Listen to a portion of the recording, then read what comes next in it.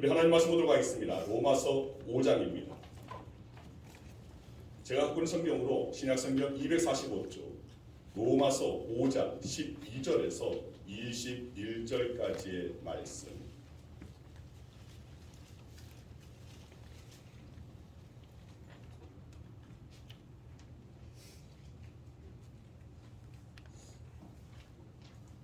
로마서 5장 12절에서 21절입니다. 우리 교독하겠습니다. 제가 먼저 12절 말씀 있습니다.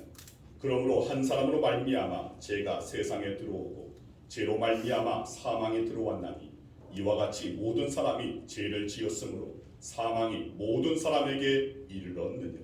죄가 율법이 있기 전에도 세상에 있었으나 율법이 없었을 때에는 죄를 여기지 아니하였느니라.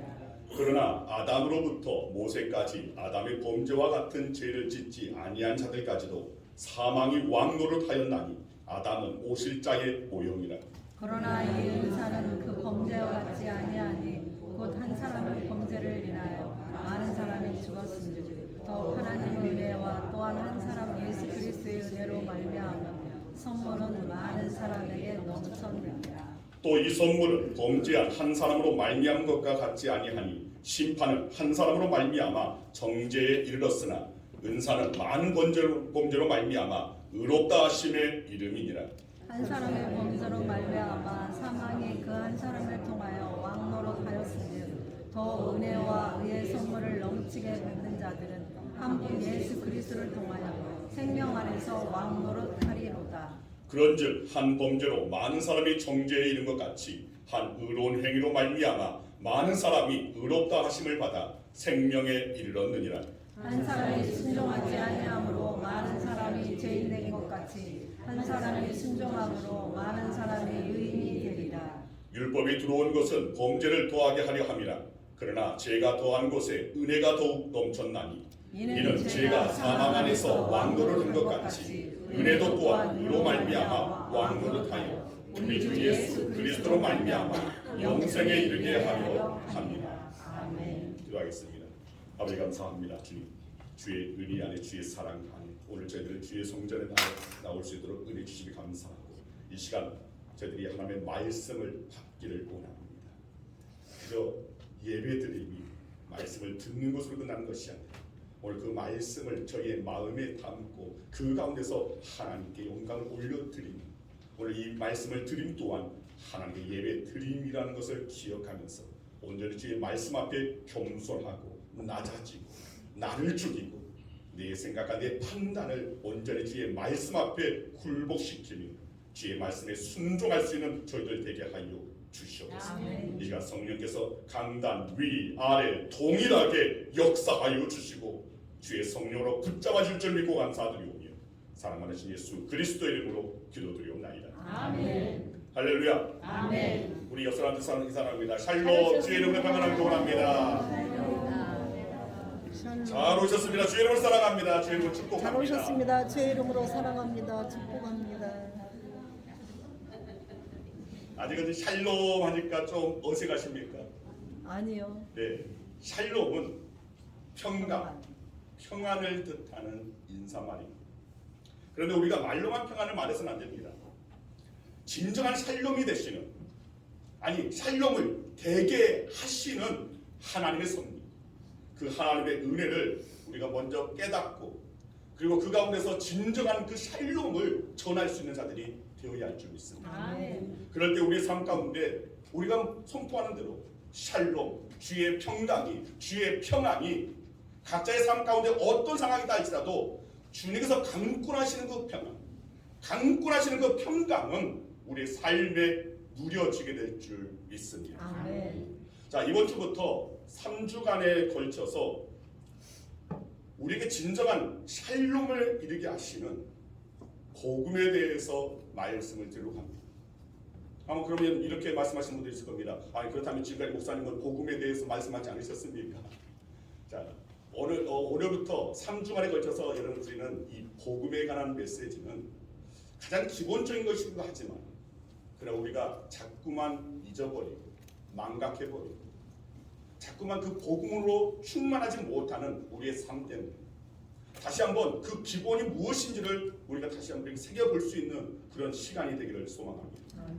이런 복음에 대해서 간단히 정의하자면 복음이란 예수 그리스도를 통한 구원의 메시지입니다. 그냥 구원의 메시지가 아닙니다. 복음은 예수 그리스도를 통한 구원의 메시지입니다. 이런 성경에는 4복음서가 있습니다. 마태복음, 마가복음, 누가복음, 요한복음. 자, 마가가 기록한 것을 마가복음이라고 하고, 마태가 기록한 것을 마태복음, 누가복음도, 요한복음도 마찬가지입니다.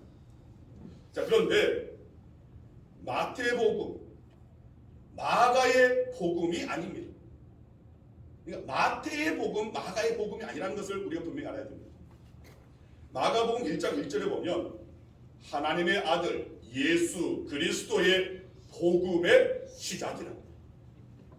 자, 이렇게 기록하고 있는데, 즉 복음은 예수 그리스도에 관한 것이라는 그런 말씀입니다. 그러니까 지금 마태복음, 마가복음, 누가복음, 요한복음이라는 말은 마태가 전하는 예수 그리스도에 관한 복음이다. 또 마가가 전하는 예수 그리스도에 관한 복음이다. 누가복음도 요한복음도 마찬가지라는 것입니다. 그렇습니다. 복음은 그 주제가 그리고 그 핵심이 바로 예수 그리스도가 됩니다. 이런 복음은 예수 그리스도에 의해서 예수 그리스도로 말미암아 이루어지고 쓰여졌습니다. 이런 바울이 로마서의 말씀 가운데서 복음을 부끄러워하지 않을 뿐 아니라 할 수 있는 대로 많은 사람들에게 이를 전하고자 애썼다고 했습니다. 그리고 그 이유는 사도 바울이 직접 복음의 실체를 알았기 때문입니다. 자, 사도 바울은 로마서 1장 16절에서 이렇게 말합니다. 내가 복음을 부끄러워하지 아니하노니 이 복음은 모든 믿는 자에게 구원을 주시는 하나님의 능력이 됩니다. 아멘. 모든 자에게 구원을 주시는 하나님의 능력이 바로 복음이라는 것입니다. 이런 복음은 우리가 흔히 좋은 소식이다, 굿 뉴스다라고 그렇게 생각을 합니다. 네, 맞습니다. 이것이 복음의 진정한 사전적인 의미입니다. 그런데 여기에서 우리는 그 좋은 소식이 무엇인가, 무엇이 좋다는 말인가를 우리는 바로 깨달아야 됩니다. 여러분, 무슨 좋은 소식입니까? 예수 그리스도를 통한 구원의 좋은 소식입니다. 누구든지 예수님을 믿기만 하면 멸망에 이르지 않고 영생을 얻게 된다는 그런 소식이기 때문에 우리 인류에게 있어서는 이보다 더 좋은 소식은 없다는 것입니다. 우리가 오늘 사랑하는 요한복음 3장 16절 말씀입니다. 우리 다 같이 읽겠습니다. 하나님이 세상을 이처럼 사랑하사 독생자를 주셨으니 이는 그를 믿는 자마다 멸망하지 않고 영생을 얻게 하려 하십니다. 자, 우리로 하여금 그를 믿는 자마다, 예수 그리스도를 믿는 자마다 멸망에 이르지 않고 영생에 이르게 하려 합니다. 즉 영원한 생명, 참된 구원을 주시기 위해서 하나님께서 독생자 예수 그리스도를 보내신 것, 이것이 바로 복음이라는 것입니다. 여러분, 복음의 중심에는 언제나 예수님이 계십니다. 우리가 가진 성경에는 네 권의 복음서가 있고 또 그 위에 많은 서신들, 오늘 그런 가운데서 하나님의 그 구원의 그 메시지가 분명히 담겨져 있습니다. 그런데 이 성경에서 예수님을 뺀다면, 특히 복음서에서 예수님을 뺀다면 더 이상 복음서가 되지 못합니다. 여러분, 구원은 예수님을 믿는 믿음을 통해서만 얻을 수 있습니다. 여기에서 더해서도 안 되고 빼서도 안 됩니다. 오직 예수 그리스도를 믿는 믿음을 통해서 나는 구원에 이른다, 하나님의 나라에 이른다, 영원한 생명에 이른다라는 것, 이것이 바로 복음이라는 그 핵심 주제라는 것을 우리는 잊어서는 안 됩니다. 여러분, 모든 사람은 하나님이 제시하신 바로 이 길을 통해서 하나님께서 주시는 구원을 받을 수 있고 그 구원에 참여할 수 있다는 것입니다. 자, 저는 오늘부터 세 주간에 걸쳐서 이 복음에 대해서 말씀을 드리는데, 자, 오늘 첫 번째로 언제에 대해서, 그리고 다음째는 칭의에 대해서, 그리고 마지막 세 번째는 양자됨에 대해서 이 세 가지를 주제로 복음에 대해서 말씀을 드리고자 합니다. 왜냐하면 복음에 대해서 설명을 하는 것은 굉장히 다양한 방법이 있습니다. 그런데 그 가운데서 가장 핵심되는 것이 저는 이것이라고 생각하기 때문에 언제에 대해서 바로 알아야지만, 그리고 우리를 의롭다 칭하여 주시는 예수 그리스도의 그 은혜를 바로 알아야지만, 그리고 우리로 하여금 예수 그리스도를 통하여 하나님의 자녀되게 하시는 양자됨이 그 무엇보다도 복음의 핵심이라고 생각하기 때문에 이 세 가지 주제를 가지고 말씀을 드리고자 합니다. 여러분, 이번 세 주간의 3주간의 이 말씀은 여러분들이 교회 홈페이지를 통하여서 이 설교 메시지를 자주 듣는 것이 좋습니다. 거기서 이 구원의 확신이 바로 거기서 생기는 것이고, 그 가운데서 구원의 그 울타리 안에 오늘 우리들이 거할 수 있는 진정한 하나님의 그 은혜의 그 방편이 될 수 있기 때문에 여러분들 이 세 가지 주제에 대한 그 말씀을 여러분 꼭 붙잡으시길 바랍니다. 자, 오늘은 먼저 언제에 대해서 다룹니다. 여러분, 지난 3년간 코로나 사태를 겪으면서 저는 한 가지 좀 엉뚱한 그런 생각을 했습니다. 하나의 그 의문을 가졌는데, 왜 인간은 너나 할 것 없이 다 같은 바이러스에, 똑같은 그 바이러스에 이렇게 취약한가 하는 의문입니다.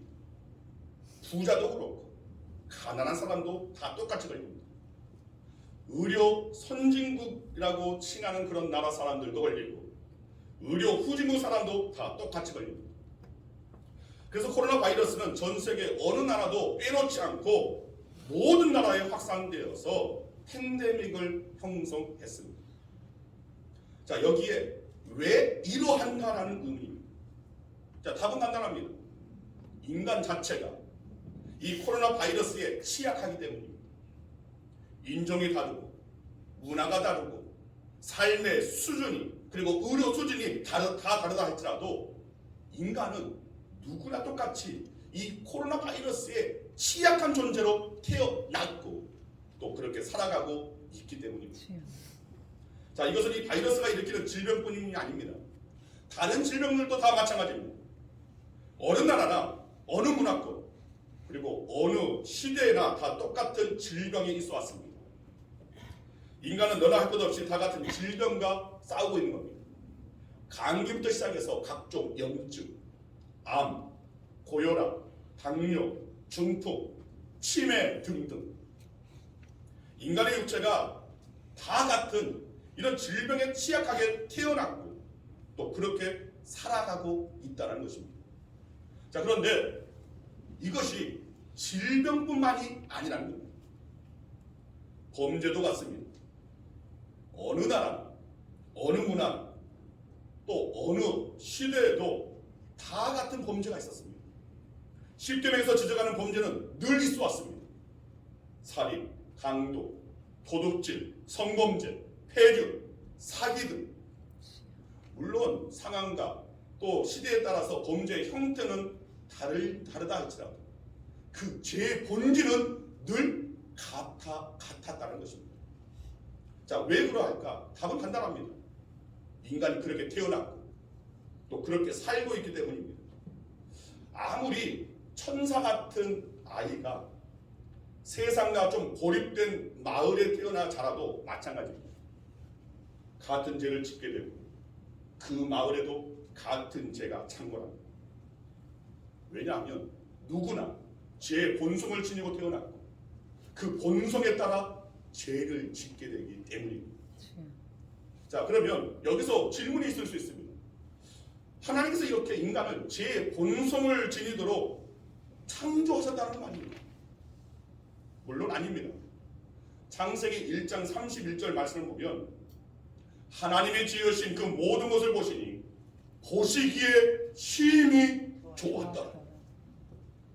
자, 이렇게 말씀하시는 것은 여기서 우리가 깨달을 수 있는 것은 하나님께서 우주 만물을 지으시고 마지막에 우리 인간을 창조하신 뒤에 바로 이 같은 반응을 보이셨다는 것입니다. 하나님께서 보실 때 참 좋으셨다는 것입니다. 이것은 처음에 인간은 죄와 무관한 상태로 창조되었다는 것을 알 수 있습니다. 오늘 본문 12절의 말씀 보면 이렇게 말씀하고 있습니다. 한 사람으로 말미암아 죄가 세상에 들어오고. 무슨 말입니까? 원래 이 세상에는 죄가 없었다는 것입니다. 그런데 어떤 계기로 죄가 세상에 들어오게 되었다는 것입니다. 그 계기가 우리가 너무나 잘 알고 있는 창세기 3장의 내용들입니다. 아담과 하와의 범죄 사건입니다. 뱀이 하와를 찾아왔습니다. 그리고 하와를 미혹합니다. 하나님께서 동산 모든 나무의 열매 먹지 말라고 하더냐 하면서 하나님의 그 말씀을 왜곡해서 묻습니다. 자, 이 하와가 그렇진 않은데 선악을 알게 하는 나무 열매는 먹지도 말고 만지지도 말라 너희가 죽을까 하노라. 원래는 정령 죽으리라는 거예요. 이 하와도 역시 하나님의 말씀을 왜곡해서 답을 하고 있는 것입니다. 자, 이처럼 하와가 흔들리는 모습을 보자. 뱀은 결코 죽지 않을 것이고 그것을 먹으면 하나님처럼 눈이 밝아지게 될까봐 먹지 말라고 하신 것이라고 흔히 말하는 음모론, 또 요즘 말하는 가짜 뉴스를 그렇게 전하는 것입니다. 자, 하와가 이 음모론에 속아 결국 하나님의 말씀을 어기게 됩니다. 그리고 선악에 알게 하는 이 선악과를 따먹었고 그리고 아담에게도 먹게 했습니다. 자, 이것이 첫사람 아담과 하와의 범죄입니다. 자, 하나님께서 신신당부한 말씀을 정면으로 어겼습니다. 불순종했습니다. 자, 이 죄가 하나님께서 창조하신 이 세계에 처음 저질러진 것입니다. 죄가 없던 세계, 바로 이 죄가 시작된 것입니다. 여러분, 호주에는 원래 토끼가 없었습니다. 그런데 1859년에 사냥감으로 24마리의 그 토끼를 들여왔습니다. 그런데 지금은 약 2억 마리가 넘는 토끼가 호주 전역에 창궐하여서 아예 호주의 이 생태계를 유린하고 있습니다. 그래서 호주 정부는 막대한 예산을 들여서 오랜 세월 동안 이 토끼와의 전쟁을 벌였는데 전혀 효과가 없다고 합니다. 자, 아담이 저지른 이 죄가 바로 그렇습니다. 죄가 없던 이 세계에 죄가 번져가기 시작했습니다. 온 창조 세계에 이 죄가 넘쳐나게 되었다는 것입니다. 그리고 이 죄 때문에 이 세계가 철저하게 유린되고 말았습니다. 나아가 이 세계를 향한 하나님의 뜻이, 하나님의 그 계획하심, 하나님의 그 선하신 그 뜻이, 온전히 하나님의 그 나라를 두고 에덴의 그 축복을 이루며 하나님과 함께 교제하는 오늘 그런 하나님의 그 계획하심이 이 죄로 말미암아 깨져버렸다는 것입니다. 바로 이것이 온죄, 오리지널 신입니다. 자, 이 온죄는 처음으로 저질러진 죄라는 뜻입니다. 그리고 모든 죄의 뿌리라는 뜻입니다. 여러분, 안티기독교, 즉 기독교를 공격하는 데 있어서 앞장선 리차드 도킨슨이라는 영국 옥스퍼드 대학의 뉴칼리즈 이 명예 교수라는 분이 있습니다. 자, 이분이 쓴 만들어진 신이라는 책이 있습니다. 자, 이 책에서 온죄에 대해 이렇게 비난을 합니다. 온죄 자체는 구약 성서 아담과 이브 신화로부터 직접 도출된다. 아담과 하와 신화로부터 직접 도출된다. 그들의 죄는 금지된 나무의 가시를 따먹은 것에 불과하다. 단순히 꾸지람을 듣고 끝낼 정도에 불과하다. 자, 여러분 어떻게 생각하십니까? 자, 아담과 하와 그들이 행한 이 죄가 그까지 나무 열매 하나 따먹은 것에 있다는 말입니까? 아닙니다. 그래서 야단맞고 그냥 잘못을 빌면 그냥 넘어갈 수도 있는 도덕적 실수나 법적인 그런 잘못 수준이 결코 아니라는 것입니다. 이 원죄는 존재론적인 죄입니다.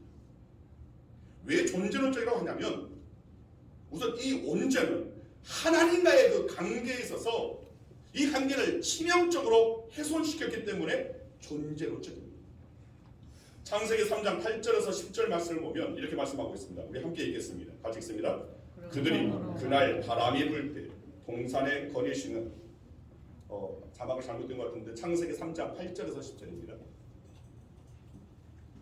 창세기 3장 8절에서 10절. 제가 읽어드리겠습니다. 그들이 그날 바람이 불 때 동산에 거니시는 여호와 하나님의 소리를 듣고 아담과 그의 아내가 여호와 하나님의 낯을 피하여 동산 나무 사이에 숨은지라. 여호와 하나님이 아담을 부르시며 그에게 이르시되 네가 어디 있느냐. 이르되 내가 동산에서 하나님의 소리를 듣고 내가 벗었으므로 두려워하여 숨었나이다.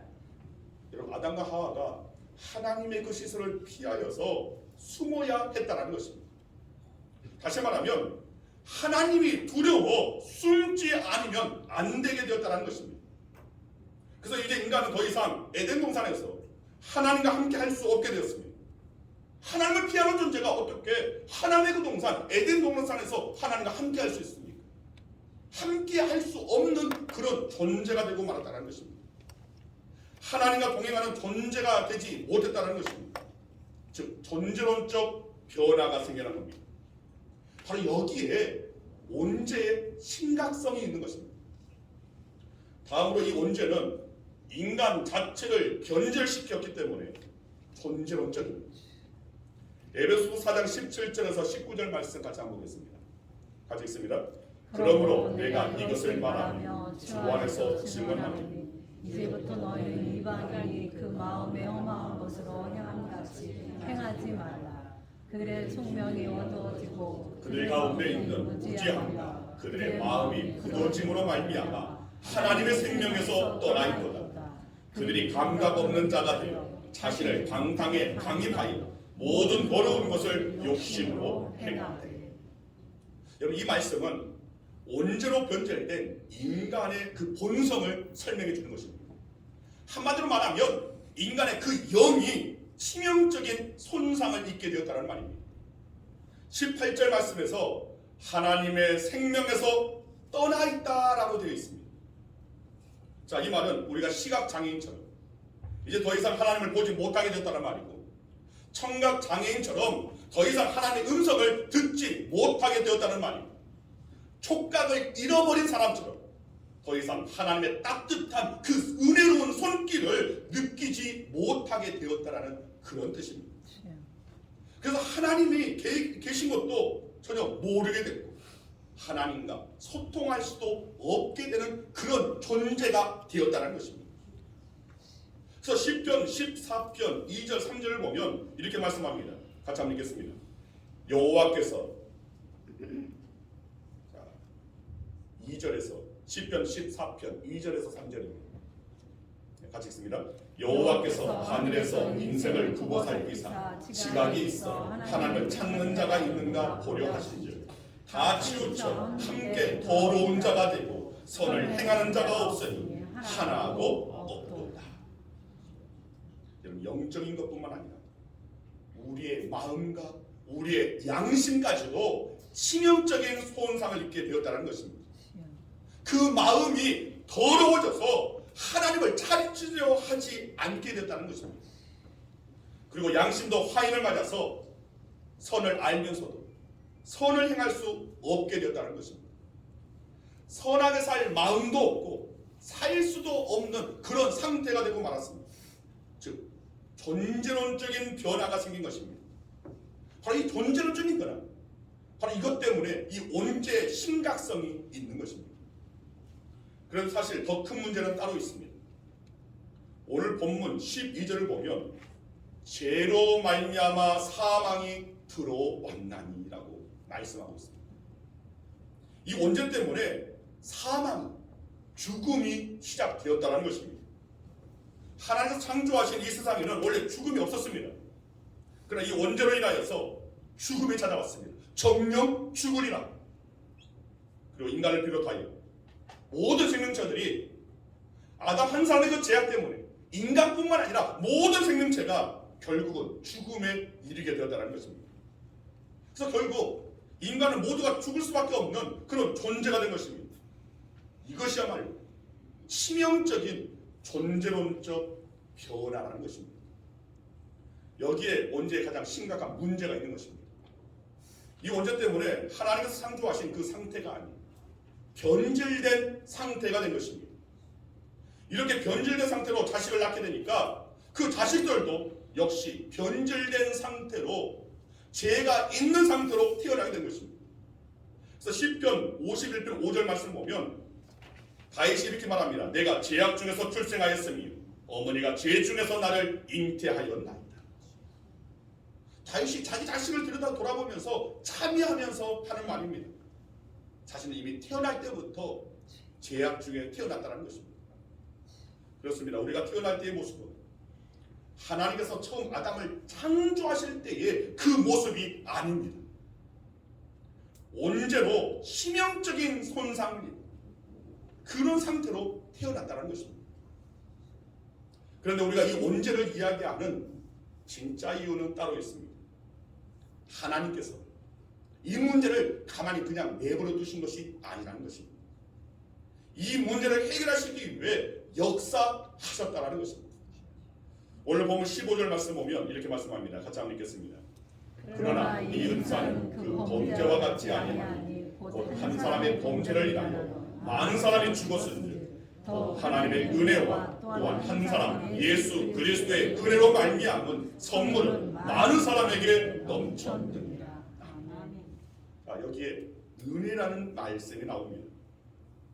그리고 마틴 로이드 존슨 목사님은 강해 설교로는 아주 굉장히 유명한 그런 목사님이십니다. 자, 이 마틴 로이드 존슨 목사님이 이 은혜에 대해서 이렇게 설명했습니다.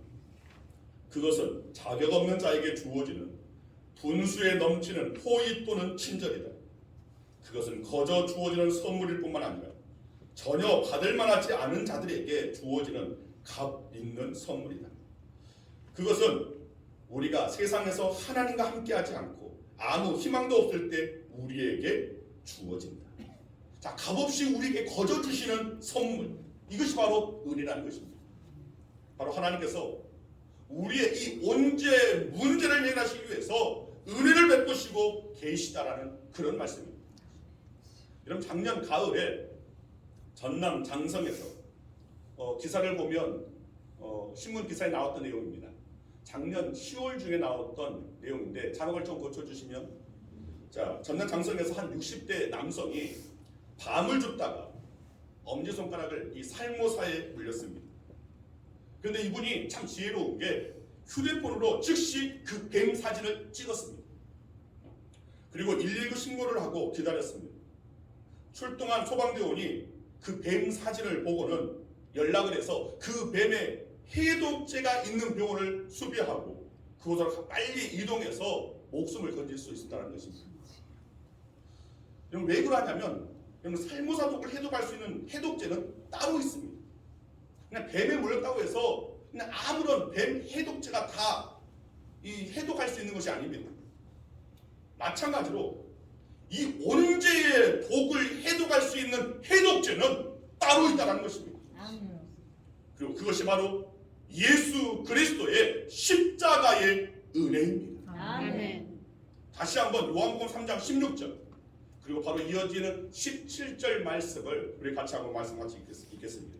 하나님이 세상을 이처럼 사랑하사 독생자를 주셨으니 이는 그를 믿는 자마다 멸망하지 않고 영생을 얻게 하려 하심이니 하나님이 그 아들을 세상에 보내신 것은 세상을 심판하려 하심이 아니요 그로 말미암아 세상이 구원을 받게 하려 하심이다.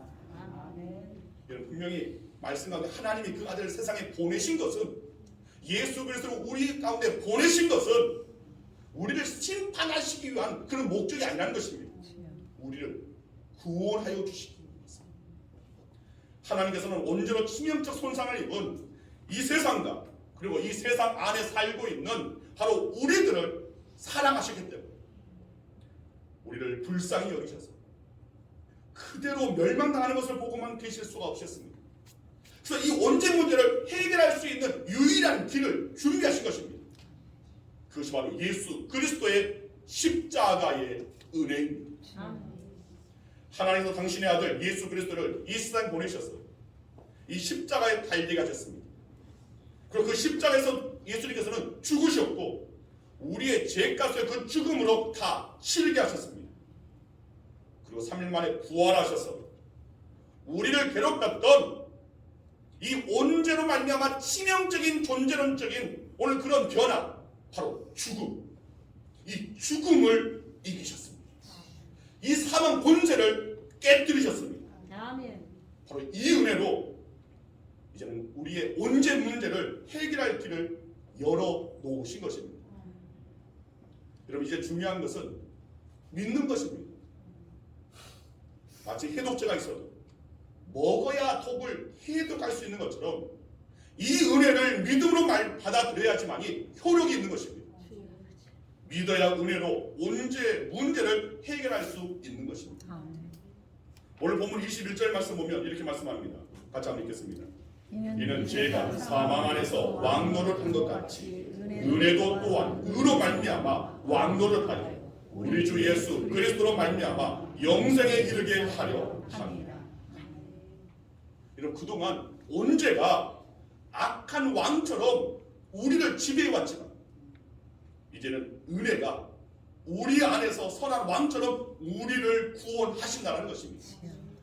믿음으로 은혜를 받은 사람은 온죄의 지배를 벗어나고 죽음과 심판에서 구원을 받게 된다는 말입니다. 아멘. 그렇습니다. 온죄로 손상받은 오늘 저와 여러분은 다시금 은혜로 회복될 수 있다는 것입니다. 아멘. 그리고 그 은혜는 바로 예수 그리스도입니다. 신천지 이만희가 아닙니다. JMS 정명석이 아닙니다. 하나님의 교회 안상홍 아닙니다. 장길자 아닙니다. 그 어떤 존재도 오늘 우리의 온죄의 해독제가 될 수가 없습니다. 아멘. 자꾸만 여기에 또 다른 것을 집어넣고 첨가하고 오늘 그것 다 필요 없는 것입니다. 첨가하게 되면 변질됩니다. 우리는 다시금 이 순수 복음으로 들어가야 됩니다. 오직 성경에서 말씀하고 있는 하나님께서 우리에게 주시는 이 말씀 가운데 담겨져 있는 오직 예수 그리스도를 통하여 우리의 온죄로부터 손상받은 우리들을 다시금 회복시켜 주십니다. 다시금 하나님과 교제할 수 있고 하나님과 소통할 수 있고 하나님의 백성으로서의 하나님의 그 영광의 그 시간을 함께 할 수 있는 다시금 에덴의 삶을 저 천국에서 누릴 수 있게 되는 바로 그 해독제가 바로 예수 그리스도라는 것입니다. 아멘. 이 은혜 안에 굳게서는 저와 여러분이 될 수 있어야 됩니다. 아멘. 그럼 여기에 온죄 역설이 있습니다. 온죄를 모르면 은혜를 모릅니다. 온죄의 심각성을 모르면 은혜의 소중함을 모릅니다. 그냥 예수께서 우리를 구원해 주셨구나, 이것이 기독교구나 지식으로 들어가면 결국은 그것이 더 이상 은혜가 되지 않습니다. 우리의 영혼에 녹아들지 못합니다. 어디서부터 비롯됐는가? 즉 이 온죄에 대해서 바로 알았을 때 비로소 오늘 우리가 이런 심각한 가운데 빠져 있었는데 이렇게 구원해 주셨구나라고 하나님의 은혜를 비로소 은혜로 접하게 된다는 것입니다. 온죄의 심각성을 모르면 은혜의 소중함을 모릅니다. 온죄를 알아야 하나님의 사랑을 알 수 있습니다. 온죄의 심각성을 알아야 예수 그리스도의 십자가의 은혜를 비로소 알 수 있다는 것입니다. 이런 사람들은 죄 이야기를 하면 듣기 싫어합니다. 우리가 죄인이라고 하면 펄쩍댑니다. 그래서 은혜를 알 수가 없습니다. 그리스도인들 가운데 이 온죄를 나와는 별반 상관이 없는 그냥 이러저러한 성경 이야기로 흘려듣는 사람들이 있습니다. 일반적인 상식이고 지식으로 그렇게 접하는 이들이 있습니다. 그런데 그렇게 해서는 은혜의 소중함을 알지 못합니다. 복음을 아는 것, 그것은 온죄를 아는 것부터 시작됩니다. 우리의 시작점이 어디에 있었는가, 이것을 먼저 알아야 한다는 것입니다. 오늘은 온죄에 대해서 알았습니다. 그리고 이제 다음 주에는 칭의를 주제로, 그리고 그 다음 주에는 양자됨을 주제로 하나님의 은혜의 그 깊이, 그 진한 사랑을 바로 깨닫기를 원합니다. 그래서 저와 여러분들이 진정 받은 은혜가 무엇인지를 바로 알고 그 은혜를 깨닫고 알고 누리면서 살아가는 것, 이것이 바로 그리스도인의 삶입니다. 아멘. 그냥 샬롬 말만 한다고 해서 그 샬롬의 그 평강이 주어지는 것이 아닙니다. 그 샬롬의 시작이 어디에서부터 비롯되어야 됩니까? 진정 우리가 누려야 할 이 샬롬은 무엇인가? 나는 과연 이 샬롬이라는 말에 예수 그리스도 샬롬의 근원 되시는 예수 그리스도로 말미암아 오늘 나는 그 온제 그 사망의 구렁텅이에서 헤어져 나오는 구원함을 입은 이 은혜가 오늘 우리 가운데 있는 거예요. 이 은혜를 바로 깨달아야지만이 진정한 평강이 평안이 진정한 샬롬이 찾아오는 것입니다. 아멘. 이 샬롬의 은혜가 오늘 저와 여러분 가운데 진정 복음이 무엇인가를 바로 깨닫고 알고 이것을 붙잡고 나아감으로 진정한 샬롬을 누리고 진정한 샬롬을 전할 수 있는 저와 여러분에게 간절히 주의 이름으로 축원드립니다. 아멘. 기도하겠습니다. 아버지 감사합니다. 진정한 샬롬의 근원이 되시고 근간이 되시는 예수 그리스도 아버지 하나님의 그 크신 은혜 안에 오늘 저희를 두시니 감사합니다. 첫사람 아담의 그 범죄 그 죄로 말미암아 우리 모두가 존재론적인 그 변화 존재론적인 온전히 그런 치명상을 입게 되었습니다. 하나님께서는 우리를 그냥 내버려 두지 않으시고 예수 그리스도로 말미암아 오늘 우리를 회복의 그 길로 이끄시는 하나님의 은혜를 오늘 다시금 깨닫게 해주시니 감사합니다. 이 은혜를 결코 저버리는 자들 되지 않게 하여 주시고 이 은혜를 누리는 자들 될 수 있도록 성령께서 함께하여 주시옵소서. 아멘. 그저 아는 지시로 치부하는 것이 아니라 진정 우리의 삶에 누림이 있기를 원하고 이 샬롬을 또한 전할 수 있는 우리 모든 성도들 되게 하여 주시옵소서. 아멘. 진정한 은혜를 알고 그 은혜를 누릴 수 있는 우리 양원께 모든 성도들 되게 할 줄 믿고 감사드리고 예수 그리스도 이름으로 기도드리옵나이다. 아멘. 우리 다 같이 자리에서 일어나셔서 우리 찬양합니다. 오늘 우리가 누리고 있는